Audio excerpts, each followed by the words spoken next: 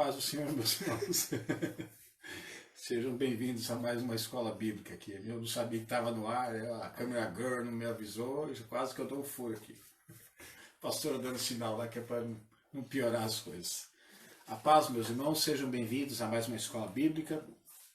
Eu gostaria de começar a escola bíblica orando com você, para que Deus nos oriente em tudo, né?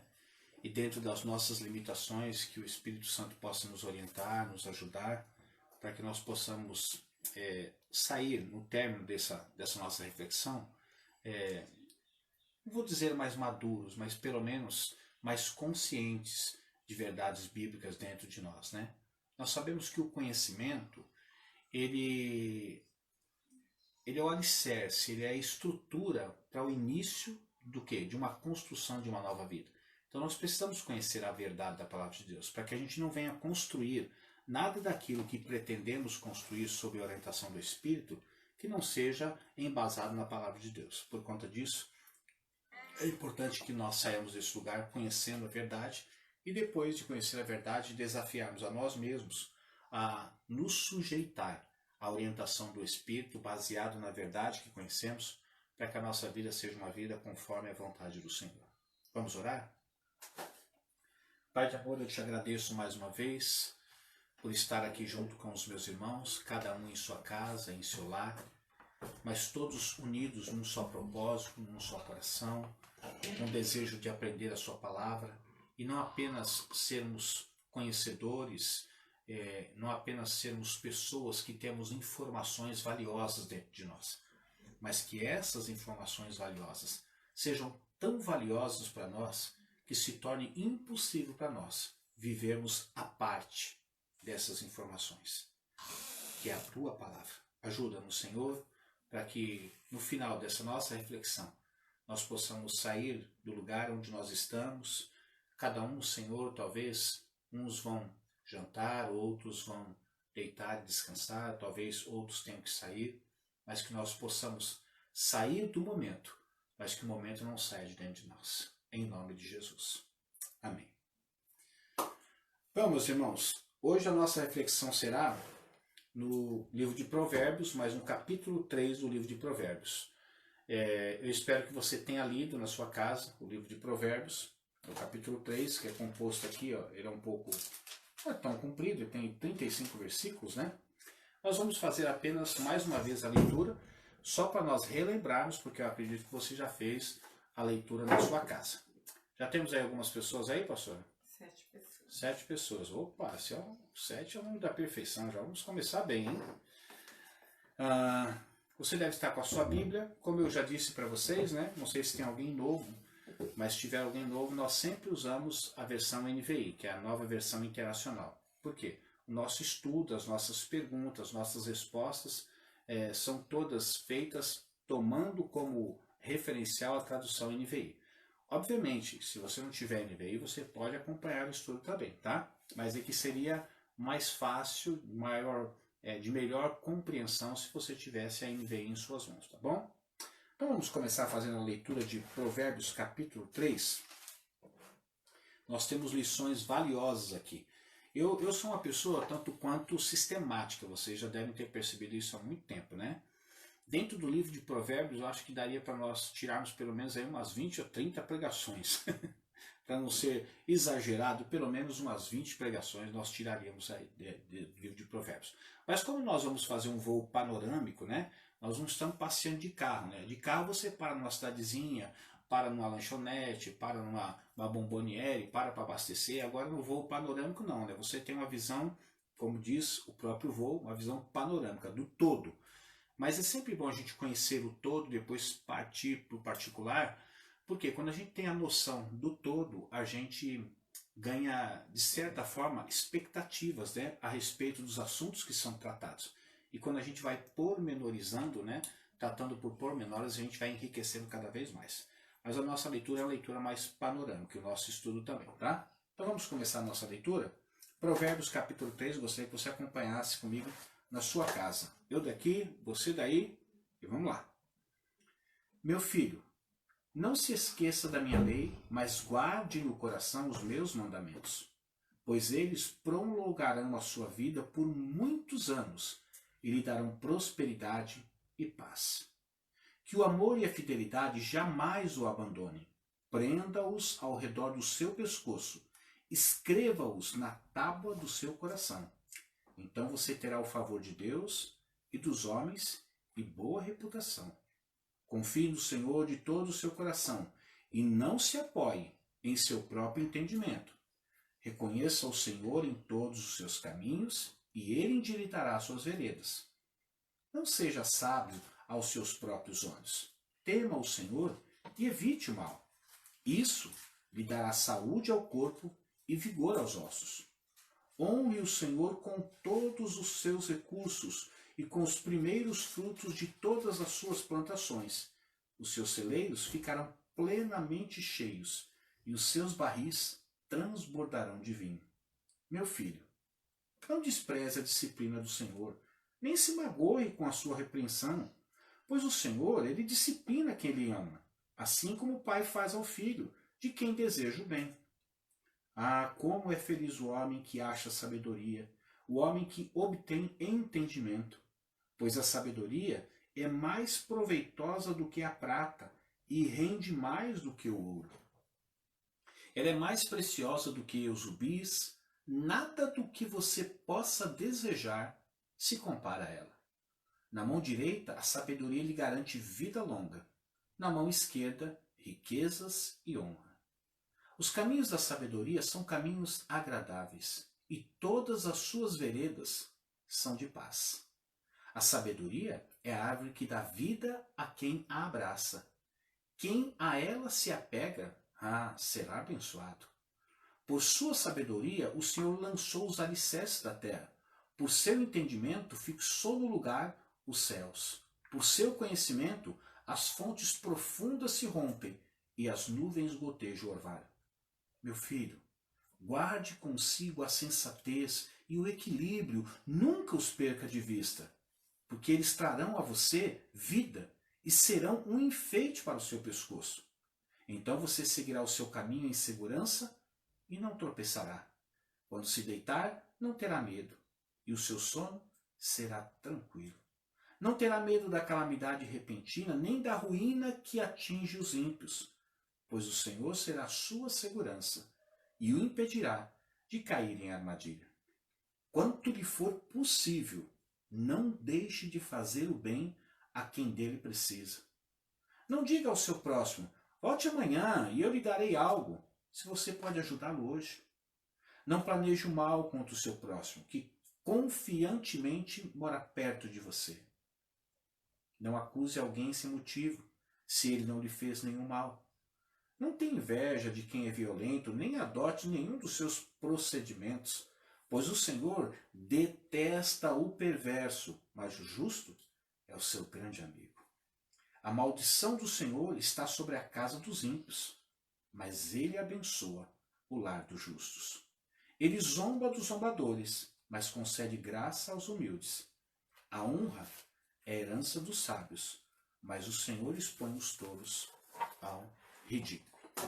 Vou tentar falar um pouquinho mais alto aqui, né? Para melhorar a nossa conversa aqui. Bom, como você já leu algumas vezes na sua casa o livro de Provérbios, capítulo 3, nós lemos mais uma vez, só para nós relembrarmos a nossa leitura. Eu quero começar com a nossa primeira pergunta de hoje aí, tá bom? Só que é o seguinte, nós vamos fazer uma dinâmica aqui, a mesma dinâmica, só que eu acrescentei algo, para ficar um pouco divertido e para ficar um pouco, talvez, mais interessante, para muitos, um pouco mais difícil. Deixa eu fazer uma pergunta aí. Quem é bom de matemática?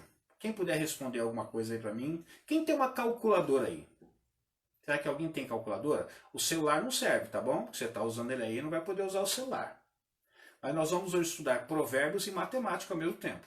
Não sei se vocês já fizeram isso, mas hoje nós vamos fazer. Por que eu estou dizendo isso? Porque eu vou fazer a pergunta para você e eu vou dar a resposta para você no versículo que está. Mas para você chegar ao versículo, você vai ter que fazer uma conta. O que você acha disso? A gente aprender provérbios juntamente com matemática. A pastora aqui já está tremendo. A pastora é boa em matemática aí. Eu não sei se você é bom em matemática, mas eu espero que você seja. Por quê?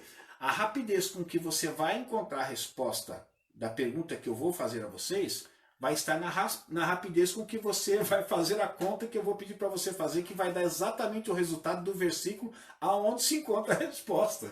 Maria Rita já pegou a... Não, calculadora não pode, Maria Rita. Não, aí você está sendo desleal. Não pode. Pode fazer no lápis ou de cabeça, mas calculadora não pode. Se alguém pegar a calculadora, eu vou espichar uma maldição daqui, hein? Brincadeira, mas falando sério, não pode usar calculadora, tá bom? Eu quero que vocês exercitem o quê? O seu raciocínio. Na minha época, na escola, a tabuada existia só para você estudar, meu filho. Não era para você usar, não. Hoje o pessoal está usando até calculadora nas universidades, nas faculdades, não pode não. O senhor que pediu, segundo ela. O que? Eu pedi, não, eu falei quem tem uma calculadora, mas olha, eu preciso ser mais preciso nas minhas perguntas. Ou mais claro, eu perguntei quem tem aí uma calculadora. Aí a Maria Rita correu e foi pegar a calculadora. Eu só disse quem tem, não era para pegar, dona Maria Rita. Tá de cabeça. De cabeça, então vamos lá? Pois bem, a primeira pergunta que você vai encontrar a resposta em Provérbios é a seguinte: além de honrar pai e mãe, o que mais é necessário fazer para que os meus dias sejam prolongados na face da terra? Então faz a conta aí, a resposta está em 7 vezes 5 menos 34. Vamos lá? 7 vezes 5, a Marcelina já está aqui, ó, usando os dedos da mão, os dedos do pé, até os dentes ela está usando agora, porque está faltando. Repete devagarinho pro pessoal. Além de honrar pai e mãe, o que mais é necessário fazer para que os meus dias sejam longos na face da terra? O versículo se encontra a resposta em 7 vezes 5 menos 34. Quanto que vai dar? Quanto que é 7 vezes 5? O primeiro eu vou fazer junto. 35, tá certo? 35 menos 34 dá quanto? 1. Então a resposta está no versículo 1. Corra para lá e fala para mim então. Vamos todo mundo junto? Já se encontra no versículo 1, diz: meu filho, não se esqueça da minha lei, mas guarde no coração os meus mandamentos. Aí seguindo, tá? Pois eles prolongarão sua vida. Aí a resposta, tá bom? A resposta está no versículo 1, mas aqui ele está dando o sentido da resposta. Pois eles prolongarão a sua vida por muitos anos e lhe darão prosperidade e paz. Se eu perguntasse assim para vocês: o que vai prolongar a sua vida por muitos anos e lhe dará prosperidade e paz? A resposta se encontra no versículo 1. Não se esqueça da minha lei, mas guarde no coração os meus mandamentos. A Maria Rita colocou 1 e ela disse, foi de cabeça, eu juro. É mesmo? Boa, hein? Tá bom, é isso aí. Mas tem conta mais... Pastor Ivan está com a gente, também respondeu, número 1. Pastor Ivan também, obrigado, Pastor Ivan, pela companhia. Deus te abençoe, viu? Só que tem conta um pouco mais complicada aí pra frente, tá bom? Mas vamos desafiar, né? Vamos desafiar. Meus irmãos, por que agora vamos deixar a conta de lado e refletir na resposta que nós damos aqui, baseado no que está escrito em Provérbio? Existe um mandamento com promessa: honrar pai e mãe, para que os seus dias se prolonguem. Mas não é só honrar o pai e a mãe que vai fazer com que os seus dias se prolonguem sobre a face da terra. De acordo com o provérbio, ele está dizendo que, na realidade, você não esquecer da lei do Senhor, mas guardá-la no coração, guardar os seus mandamentos, isso também vai prolongar os seus dias sobre a face da terra. Por incrível que pareça, meus irmãos, existem pessoas que estão no mundo do crime, mas, de certa forma, eles cuidam dos seus pais, não estou dizendo todos, são a exceção, mas existem pessoas que respeitam seus pais, continuam no mundo da criminalidade, e infelizmente tem dias curtos. Por quê? Porque a questão de ter dias prolongados ou mais dias sobre a face da terra, mesmo diante daqueles que o Senhor já nos deu, já planejou, mesmo antes de nós existirmos, não está relacionada apenas a honrar pai e mãe, mas também a guardar os mandamentos do Senhor no coração, porque eles vão prolongar a nossa vida. Então, você honra pai e mãe, faz muito bem, mas melhor não. Além de você honrar pai e mãe, é preciso que você guarde os mandamentos do Senhor. Por quê? O Senhor Jesus diz assim: aquele que tem os meus mandamentos e os obedece, esse é o que me ama. Quando nós guardamos os mandamentos do Senhor no que diz respeito a vivê-los na nossa vida diária, significa que nós estamos expressando o nosso amor a Deus. Então, às vezes, nós perguntamos, quanto deve ser que eu amo a Deus? O quanto eu amo a Deus? Ou você pode perguntar para você mesmo ou para outra pessoa, o quanto você ama a Deus? A resposta para nós mesmos ou para as pessoas que fazem essa pergunta para nós é a mesma. O quanto você obedece é o quanto você expressa o seu amor a Deus. Ok? Então, além de honrar pai e mãe, o que vai fazer com que você tenha um tempo mais prolongado sobre a face da terra é você guardar os mandamentos do Senhor no seu coração. Ou seja, obedecê-los, tá bom? Segunda pergunta.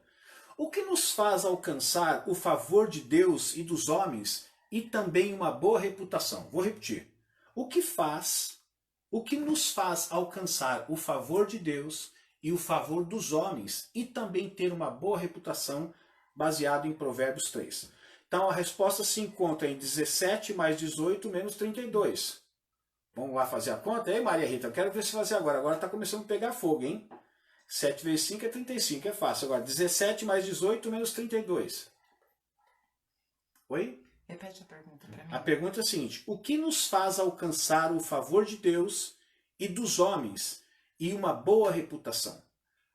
O que eu preciso fazer? Como deve ser a minha vida para que eu alcance o favor de Deus, o favor dos homens e também tenha uma boa reputação? Como eu disse, as respostas não são subjetivas, tá bom? Porque nós estamos estudando o livro de Provérbios. Se eu fizesse essa pergunta a você, ok, se eu fizesse essa pergunta a você, talvez você me daria um parecer seu, mas nós queremos sempre o que a Bíblia está falando, tá bom? Então o versículo é 3. 3. Maria Rita. Maria Rita outra vez, hein? Ô Henrique, você tá aí também? Tá. O Henrique tá aí? Ô Henrique, vamos aí, ó, só tá dando a mulherada, vamos fazer conta aí, rapaz. Vamos acelerar. Pastor Ivan, se estiver com a gente... Também. Pastor Ivan também? 3? Então vamos lá.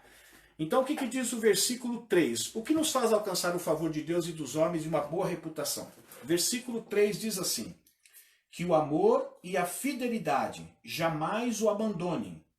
Prenda-os ao redor do seu pescoço. O que é prender ao redor do pescoço? O amor e a fidelidade. Escreva o amor e a fidelidade na tábua do seu coração. Aí vem a resposta.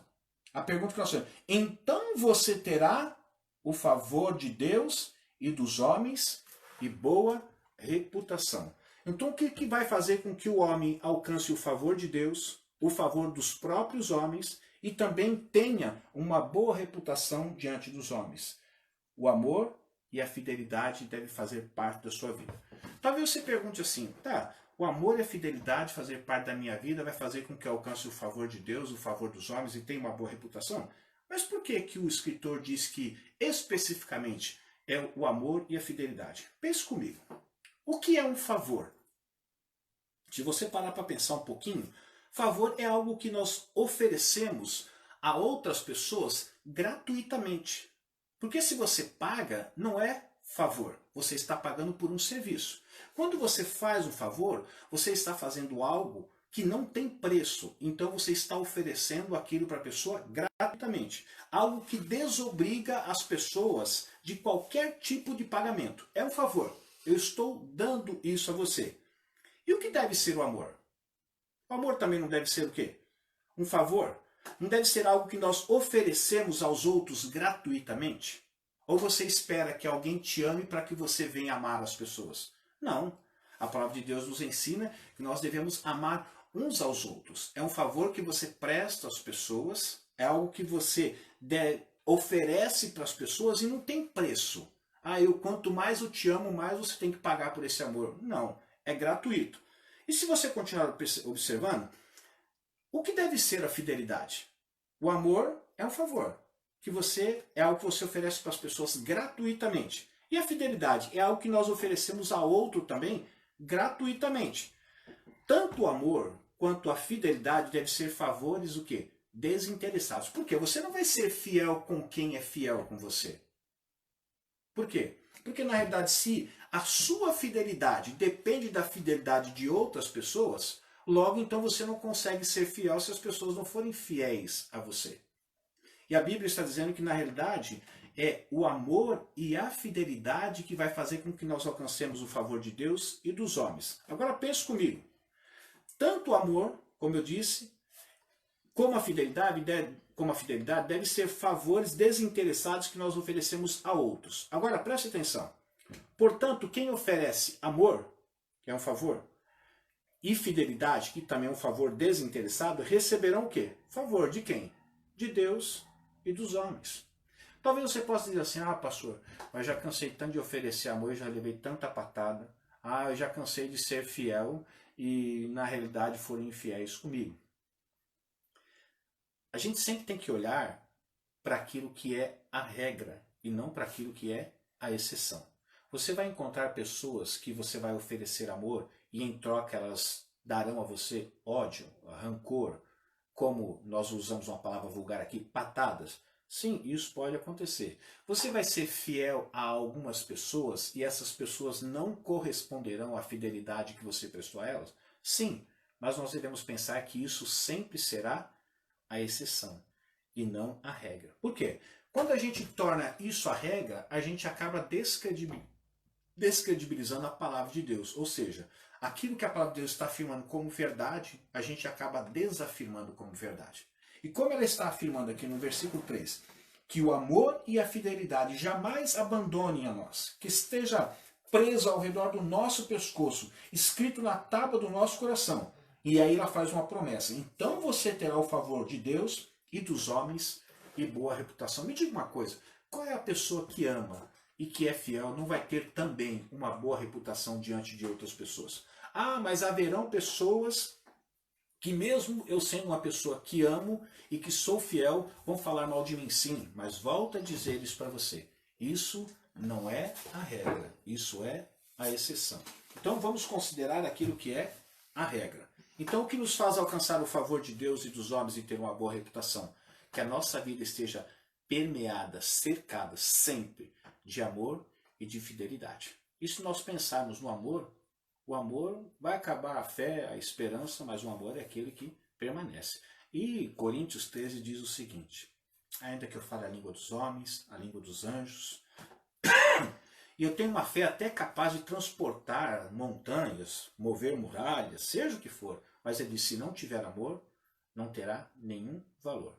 Então quero alcançar o favor dos homens e o favor de Deus e também ter uma vida com uma boa reputação. Então que a sua vida seja encharcada de amor e de fidelidade. Ok? O Henrique fez um comentário, ele diz assim, Pode falar. Favor não conota algo que você vai retribuir? Faz favor para mim que eu faço para você? É uma pergunta ou uma afirmação que ele fez? Ele colocou um ponto de interrogação, então foi uma pergunta. Quando alguém faz um favor, eu entendo, Henrique, que nem todo favor que é feito, nós estamos esperando receber uma retribuição, né? Por exemplo, se você me oferece uma carona, você não deve me oferecer uma carona esperando que a hora que você precise de uma carona, eu também a ofereça. Obviamente, sendo eu uma pessoa de bom senso e uma pessoa que preciso amar umas às outras, certamente quando você precisar de uma carona, a primeira coisa que eu vou lembrar é do favor que você me fez, mas eu não vou estar pagando o favor que você me fez, vou estar apenas retribuindo. Quando você paga, você não deve nada. Eu costumo dizer o seguinte, que favor é algo que nunca você vai pagar. Por quê? Porque no momento em que você precisava daquilo que você precisava e não teve ninguém para fazer, a não ser a pessoa que fez para você como favor, é algo que não tem preço. Então não existe um favor que você possa retribuir de uma forma que você vai retribuir a contento. É como se alguém emprestasse para mim o dinheiro da passagem, eu estou lá na fila do metrô, vai passar o último trem e eu não tenho mais crédito no meu cartão, e uma pessoa passa e eu peço para aquela pessoa, você pode pagar a passagem para mim, porque eu não tenho como pagar a passagem para ir embora para casa, e essa pessoa me faz esse favor.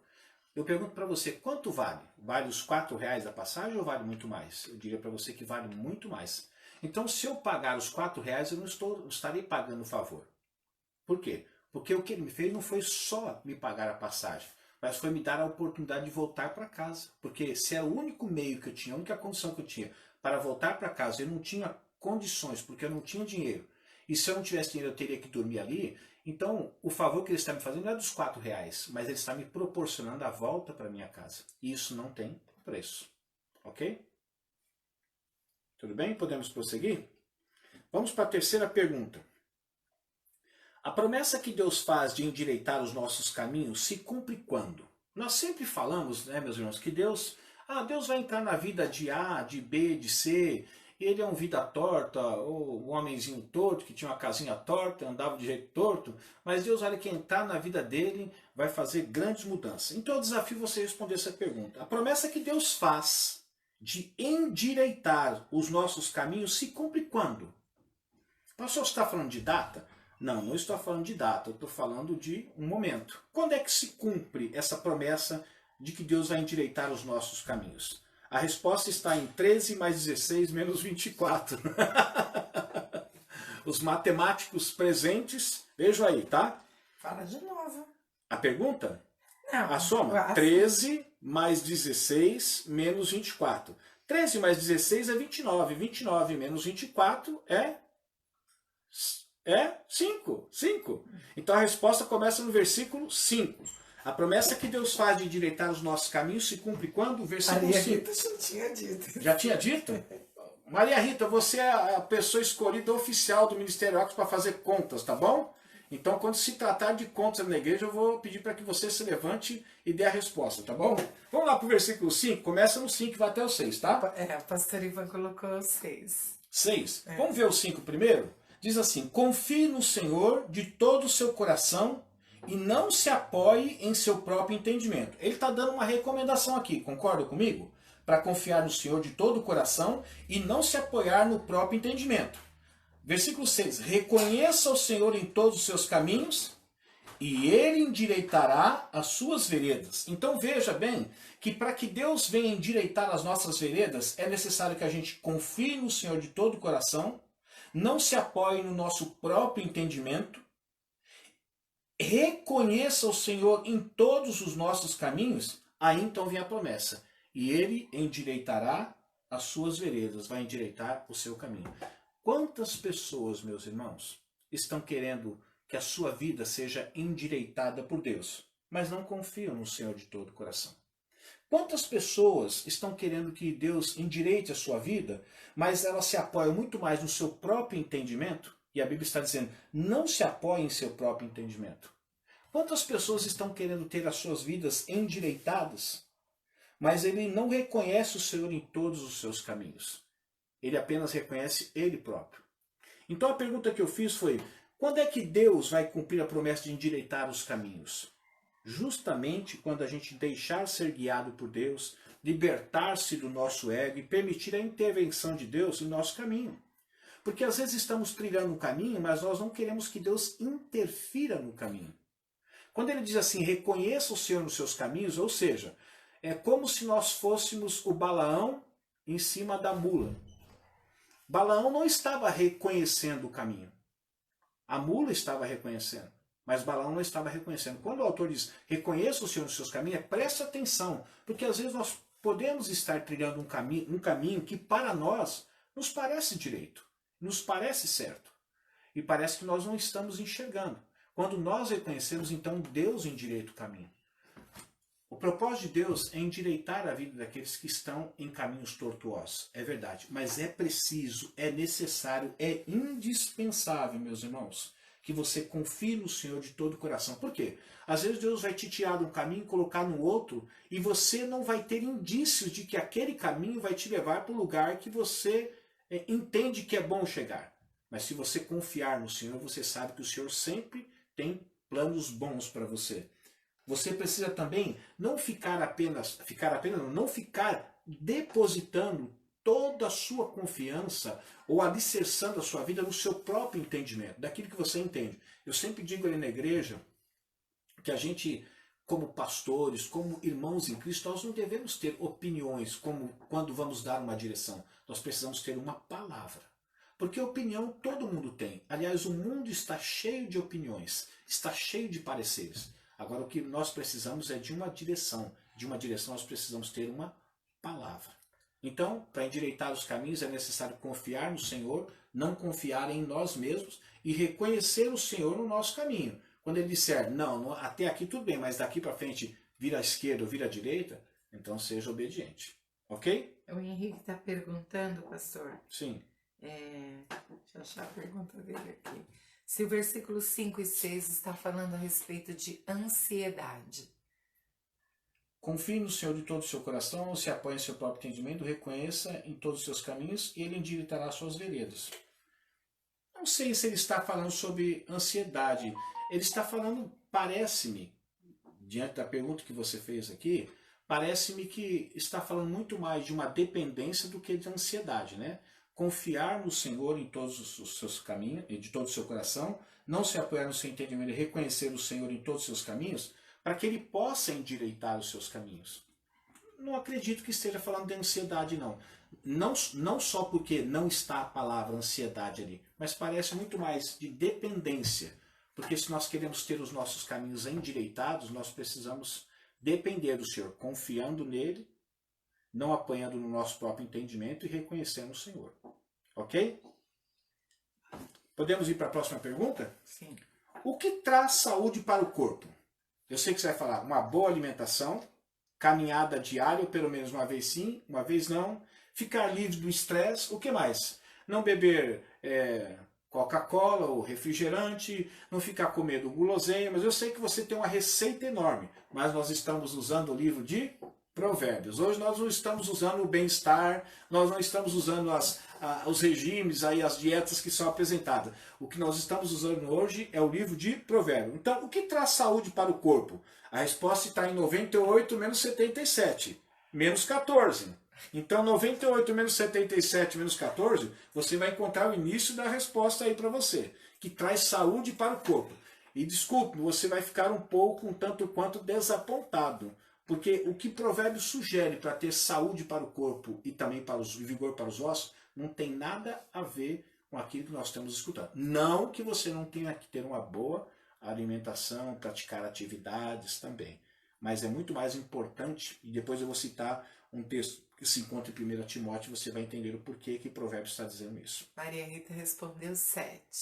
Isso. O pastor Ivan também e o Henrique 8. Isso. Então vamos ver lá, versículo 7 e 8. O que traz saúde para o corpo? Versículo 7. Não seja sábio aos seus próprios olhos. Tema o Senhor e evite o mal. Aí ele fala o que vai acontecer se você fizer isso. Isso lhe dará saúde ao corpo e vigor aos ossos. Então o versículo 8 é a pergunta que eu fiz. Então a resposta se encontra apenas no versículo quê? 7. Não seja sábio aos seus próprios olhos, tema o Senhor e evite o mal. Então ele dá 3 receitas aí. Primeira receita que ele dá, qual que é? Não seja sábio aos seus próprios olhos. Isso não vai fazer com que gere saúde para o seu corpo, nem vigor para os seus ossos. Ou seja, não seja orgulhoso, tá bom? Tema o Senhor. E nós aprendemos na primeira semana nós aprendemos o que é temer ao Senhor. Lembra no primeiro capítulo do livro de Provérbios que nós aprendemos o que é temer ao Senhor? Pois bem, e depois ele continua aqui. E evite o mal. São 3 receitinhas para que você tenha saúde no seu corpo e vigor nos seus ossos. Não seja orgulhoso, tema o Senhor verdadeiramente e evite o mal. Isso você pode ter certeza. Ah, pastor, mas e o cara que come demais? Ele não está evitando o mal, porque é glutonaria, não é verdade? Você está vendo como é que cabe dentro da palavra de Deus? Porque a glutonaria não é o mal, não é um pecado? Pois é, se ele evitar o mal, ele vai ter saúde para o corpo. Aí aquele que faz exercício físico, corre demais, parece que é um escravo do exercício físico, é porque ele entende, aos seus próprios olhos, é isso que vai dar saúde para ele. E às vezes ele acaba caindo em estado de esgotamento, né? De exaustão. Então, acho que a resposta está aqui. Não seja sábio aos seus próprios olhos. Não pense que é a dieta, não pense que é isso, que é aquilo outro, é a caminhada. Na realidade, o que é bom é você não ser orgulhoso, é você temer o Senhor, evitar o mal, sua saúde vai ficar show de bola. Ok? Alguém tem uma pergunta aí? Não, o Henrique fez carinha assim, de triste. De triste? Então, e depois falou assim, ele é forte. Então faz o seguinte, eu quero que vocês abram comigo em 1 Timóteo, capítulo 4, verso 8. Vamos ver o que está escrito lá? 1 Timóteo, capítulo 4, verso 8. Diz assim: o exercício físico é de pouco proveito. A piedade, porém, para tudo é proveitosa, porque tem promessa da vida presente e da vida futura. Então ele está dizendo o seguinte: mas ele não está dizendo que o exercício físico não é nada proveitoso. É verdade, ele não disse. Mas ele disse que é pouco proveitoso em comparação à piedade. Porque a piedade, versículo 8 diz, a piedade ela é proveitosa não só para essa vida, bem como para a vida futura. A piedade também não é só para a vida futura, é para essa vida também. Então, você quer saúde para o corpo? O que você tem que fazer então? Vamos lá para o versículo 7. Não seja sábio, não seja orgulhoso. Não pense que é aquilo que você está fazendo que vai dar certo, tá bom? Tema o Senhor e evite o mal. Vai para academia? Faz bem. Mas cuidado para você não fazer tornar um culto, uma cultolatria, né? Um culto ao seu próprio corpo. Isso já não é evitar o mal. Então aquilo que poderia estar sendo muito bom começa a se tornar algo de muito ruim. Ou início de uma queda. Ok? Vamos continuar a nossa reflexão? Quinta pergunta. Ao que devemos nos apegar para sermos abençoados? Se você fosse responder isso sem olhar em provérbio, o que você diria? Solta uma resposta aí. A que você deve se apegar para ser abençoado? Eu sei que a resposta não vai ser, tem que me apegar a Deus. Tudo bem, vai ser, isso é mais do que óbvio, né? Mas nós vamos ver uma resposta um pouco mais precisa, tá? Não que não seja Deus, mas uma resposta um tanto quanto mais precisa. Se alguém perguntasse para você, a que você deve se apegar para ser uma pessoa abençoada, o que você diria? Talvez você diria assim, você tem que ser um homem de oração, você tem que ser um homem de leitura, você tem que ser alguém que tenha um ministério na igreja, você tem que ser alguém que corre do pecado. A resposta está em 74 vezes 4, menos 278. Falei para você que a coisa ia piorar, Maria Rita, eu disse para você, viu? Agora eu quero ver fazer de cabeça. Henricão, corre aí. Quero ver você dar. Pastor Ivan, dá a resposta primeiro, Pastor Ivan. Socorre a classe masculina. Socorre a classe masculina. Fala a conta de novo. 74 vezes 4, menos 278. Pastor Ivan arriscou uma resposta, obediência. Obediência. Ok, pastor, obrigado pela resposta, tá? Vamos agregá-la àquilo que o provérbio está dizendo também, tá? Vamos somá-la também. Quanto que deu a conta aí? Que está o versículo da resposta. 74 vezes 4, menos 278. Ninguém fez a conta, nem com calculadora. Ô Maria Rita, socorre aí. Quem tá mais aí? Quem tá participando com a gente? Irmão Mauri, você também tá aí quietinho? Que negócio que é esse, hein? Me ajuda aí. Vamos lá. 18, é isso aí. Vamos lá então, vamos para o versículo 18. Ao que devemos nos apegar para sermos abençoados? Versículo 18. A sabedoria é a árvore que dá vida a quem a abraça. Quem a ela se apega será abençoado. É interessante que o livro de Provérbios, ele está dizendo que a sabedoria tem um valor extraordinário, tão grande, que ele está dizendo que a pessoa que se ocupa em buscar sabedoria, em ser sábio, ela não vai ser uma pessoa que recebe bênção. Ela será uma pessoa abençoada só por ter a sabedoria na sua vida. Porque hoje, meus irmãos, o que nós consideramos como uma pessoa abençoada? Não nós, a grande maioria, vamos assim colocar. Quando nós vemos uma pessoa bem-sucedida, nós trocamos a palavra por a pessoa abençoada. Normalmente, não é a regra, mas nós costumamos rotular as pessoas abençoadas pelas pessoas que têm uma vida financeira pelo menos estável, onde ela tem a sua casa própria, onde ela tem o seu carrinho, onde ela tem um bom emprego. Toda vez que você a vê, você vê uma pessoa bem vestida, uma pessoa que talvez vá à frente e traga uma boa palavra, talvez uma pessoa que cante bem, talvez uma pessoa que seja agradável. E nós começamos então a dizer, essa pessoa é abençoada. Por que ela é abençoada? Você viu? Ela é um bom dizimista, ela está sempre ajudando a igreja, independente dos dízimos, ela está sempre ofertando com ofertas alçadas ou voluntárias. Então, são pessoas abençoadas. Uma pessoa que socorre outra pessoa, fala assim, aquela pessoa é uma pessoa abençoada. Mas olha que interessante, o versículo 18, ele está dizendo que a sabedoria é a árvore que dá vida, e quem a abraça, quem a ela se apega, será abençoado. É interessante a gente pensar isso, né? Que a que nós devemos nos apegar? Às vezes nós nos apegamos à casa, nós nos apegamos a carro, nós nos apegamos ao trabalho que nós temos, nós nos apegamos até a roupas que nós temos, nós apegamos às vezes até a ministério que nós desenvolvemos na igreja, nós nos apegamos a tantas coisas que não devemos nos apegar. O nosso apego não deve ser a coisas ou pessoas, por exemplo, tais como emprego. Tem pessoas que são apegadas à denominação.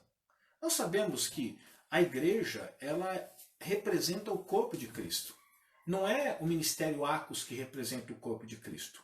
Não é a Assembleia de Deus que representa o corpo de Cristo. O ministério Acos representa parte do corpo de Cristo.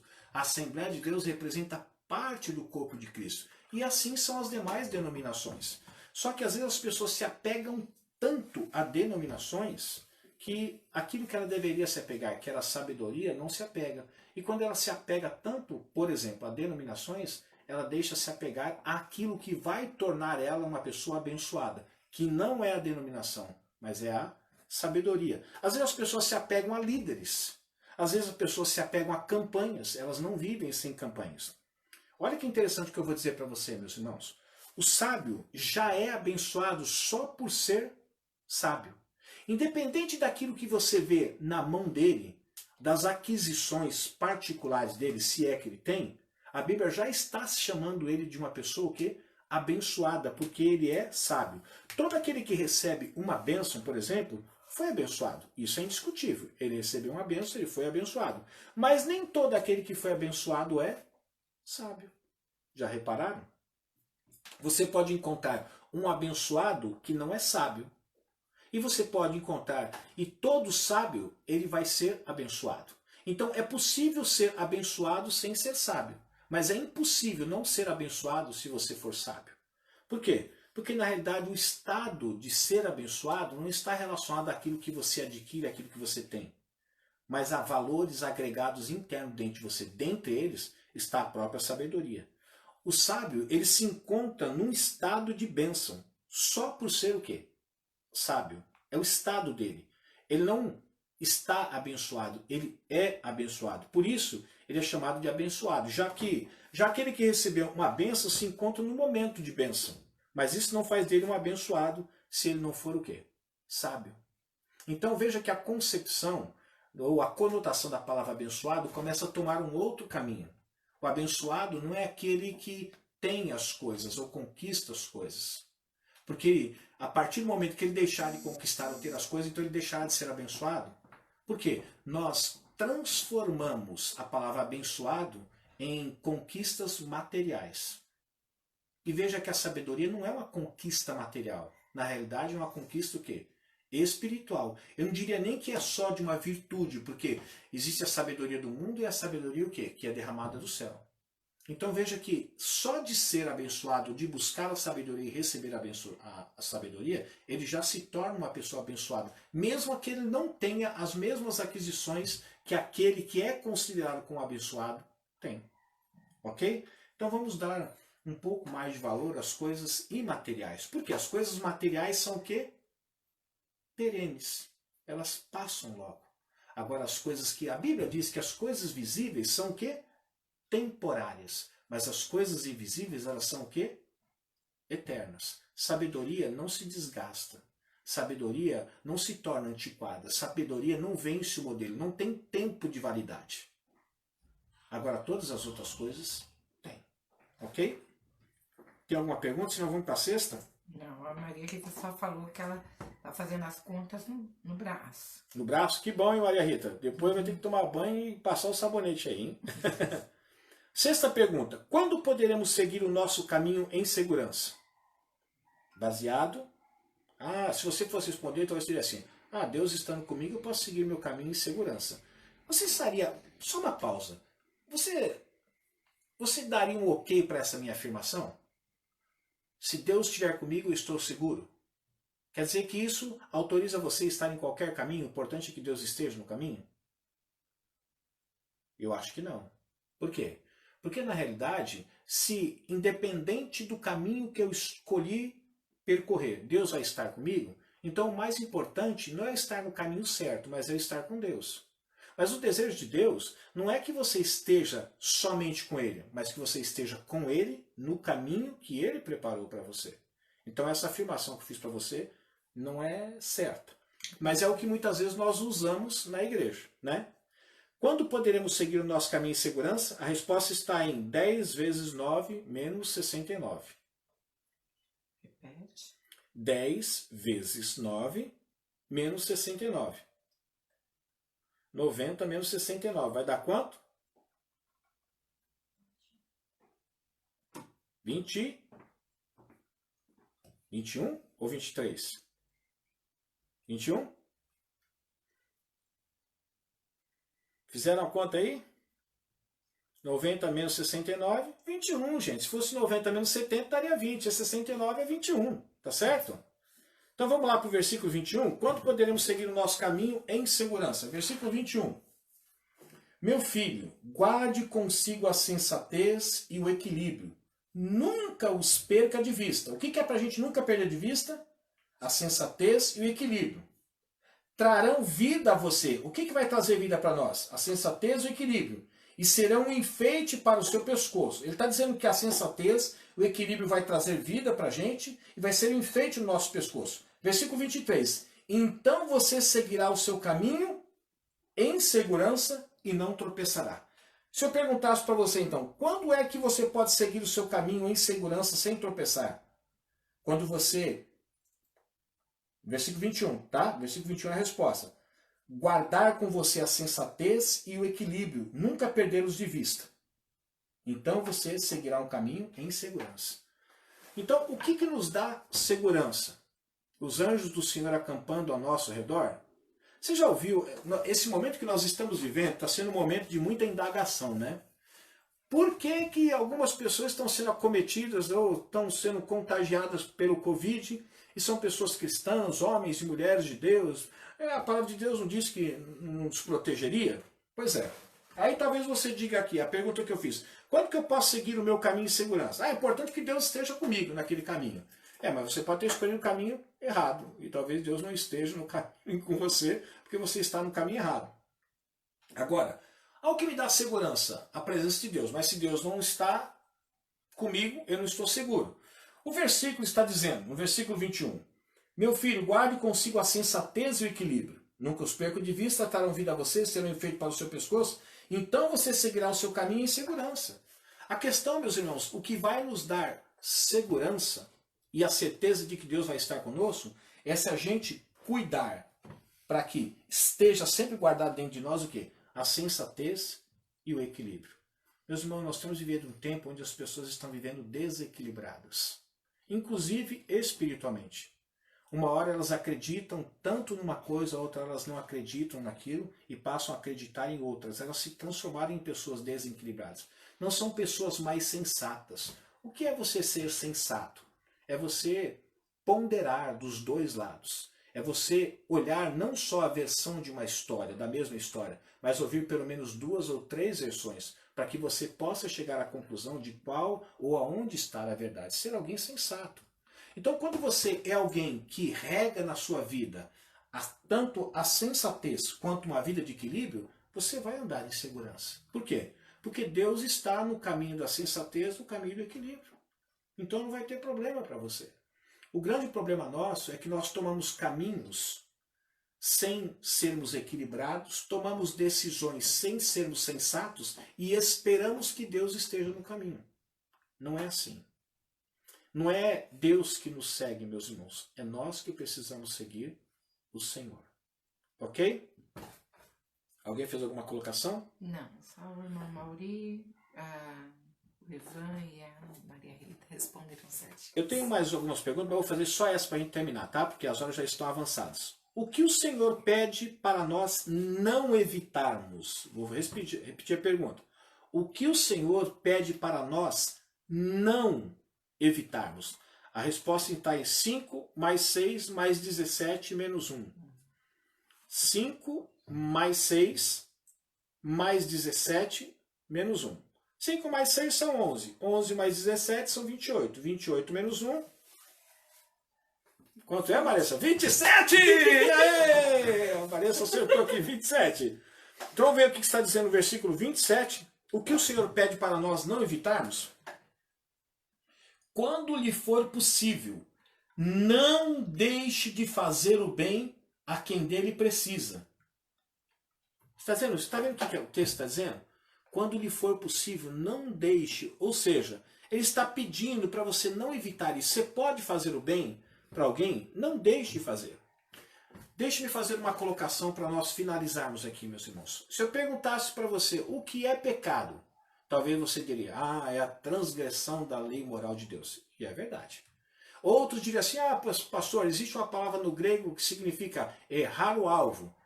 É verdade também. Existe uma outra definição, pastor, que pecado é satisfazer a vontade da minha carne. É verdade também.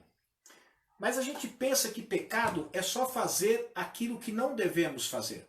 Mas pecado também é deixar de fazer aquilo que devemos fazer. A gente pensa que pecado é só eu fazer algo de errado. Mas pecado também é quando eu deixo de fazer algo que é certo. Olha o que diz no versículo que nós aprendemos agora, versículo 27. Quando lhe for possível, não deixe de fazer o bem a quem dele precisa. Versículo 28. Não diga ao seu próximo, volte amanhã e eu lhe darei algo, se você pode ajudá-lo hoje. Nós, cristãos, acostumamos que, porque o decálogo é cercado, repleto ou iniciado sempre com não terás outros deuses, não farás imagem de escultura, não adulterarás, não roubarás, não dirás falso testemunho, não mentirás e daí por diante. É sempre não. Então a gente pensa que pecado só ficou na dimensão daquilo que eu não devo fazer. Mas também pecado tem a dimensão daquilo que eu preciso fazer. E quando eu deixo de fazer aquilo que preciso fazer, eu estou pecando. Abra comigo em 1 Samuel 12, 23 e você vai concordar comigo que, por exemplo, deixar de orar é pecado. Só que a gente aprendeu o seguinte, hoje eu só não orei. Hoje eu deixei de orar. Bom, mas isso não é pecado. Eu deveria ter orado. Mas eu não orei, eu só não fiz o que era certo. Mas também eu não fiz nada de errado. Olha o que diz 1 Samuel 12, 23. Eu vou abrir com você aqui, tá bom? Vou pegar minha Bíblia aqui. 1 Samuel 12, 23. Depois tem uma pergunta aí. Ok. Olha o que ele diz, Samuel, aqui. E longe de mim esteja pecar contra o Senhor, deixando de orar por vocês.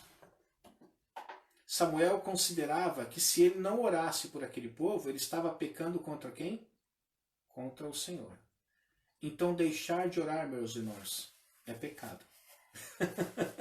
Eu sei que talvez você diga assim, puxa vida, eu estou meio frio, estou meio distante de Deus porque eu não estou orando. Mas eu também não estou fumando, não estou bebendo, não estou adulterando, eu também não estou levantando falso testemunho, não estou cobiçando. Então eu só não estou fazendo o que é certo, o que eu preciso fazer. Não, você está pecando.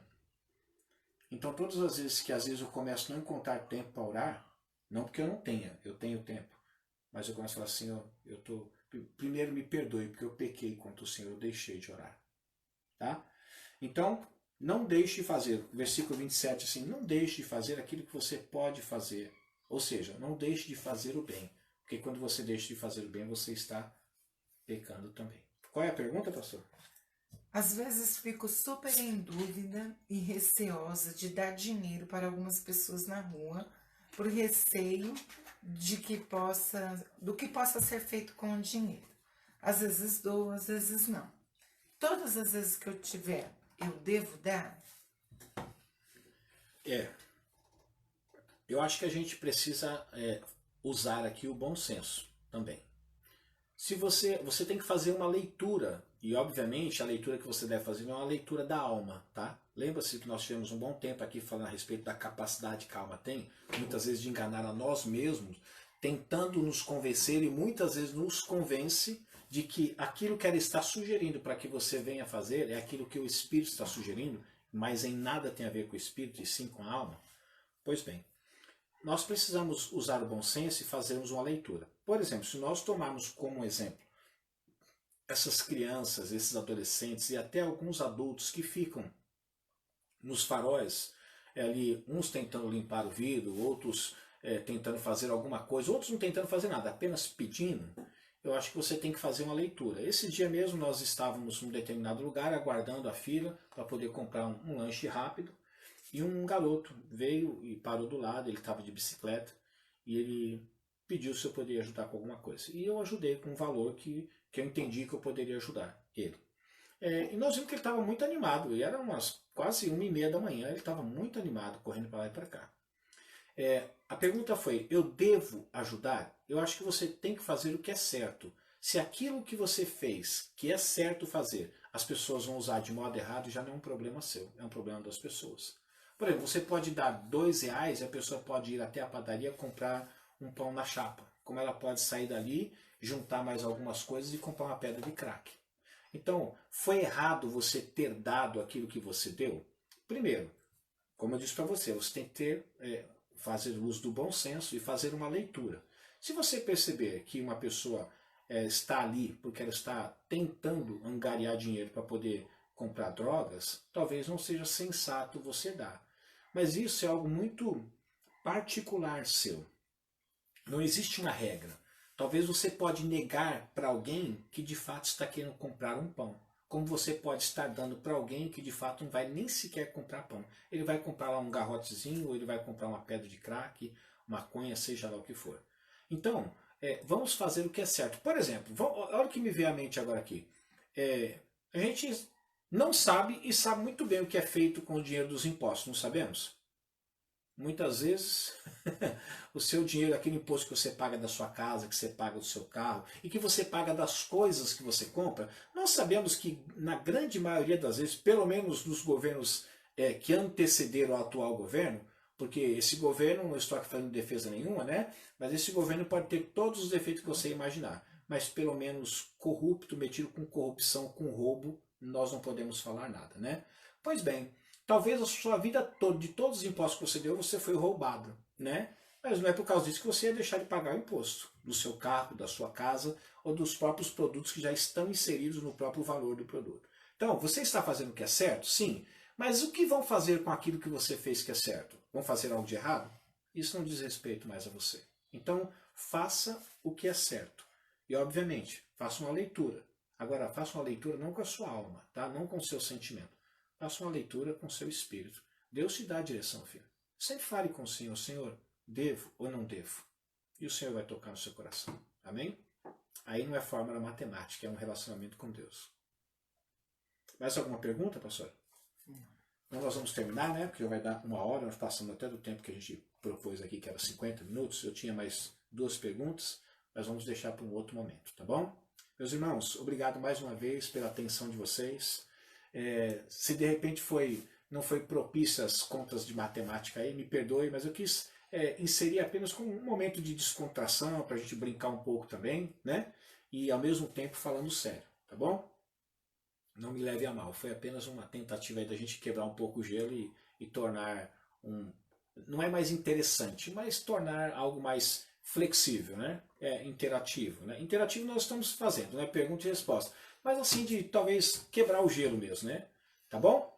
Nós vamos orar então agradecendo. Eu espero que esse tempo que nós passamos junto, eu tenho certeza que o livro de Provérbios trouxe valores riquíssimos para nós aqui. Tantos assuntos foram abordados aqui, eu tenho certeza que muito daquilo que foi dito vai ficar dentro do seu coração. Amém? Vamos orar? Pai, obrigado mais uma vez por mais uma noite, por mais esse tempo que aqui passamos.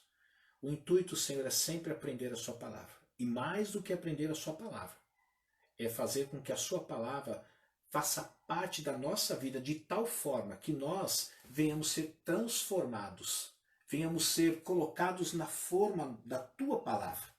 Que não sobre nada e também não falte nada. Que tenhamos exatamente as dimensões da forma da tua palavra. Talvez quem nos ouve falar possa dizer que somos presunçosos, para que tenhamos exatamente a forma da sua palavra. Esse é o meu desejo. E eu tenho certeza que também esse é o desejo do seu povo. Mesmo que às vezes a forma tenha um tamanho e nós ultrapassemos ou fiquemos aquém.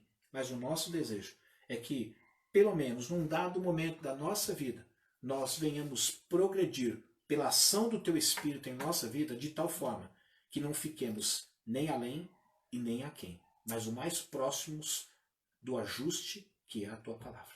Obrigado. Dê-nos uma noite de paz e de descanso em nome de Jesus. Deus abençoe, meus irmãos, um beijo para vocês e até quinta-feira às 20 horas na igreja. Leve a sua máscara, se você quiser levar o álcool gel, não precisa, tem lá na igreja, mas a máscara eu pediria que você levasse.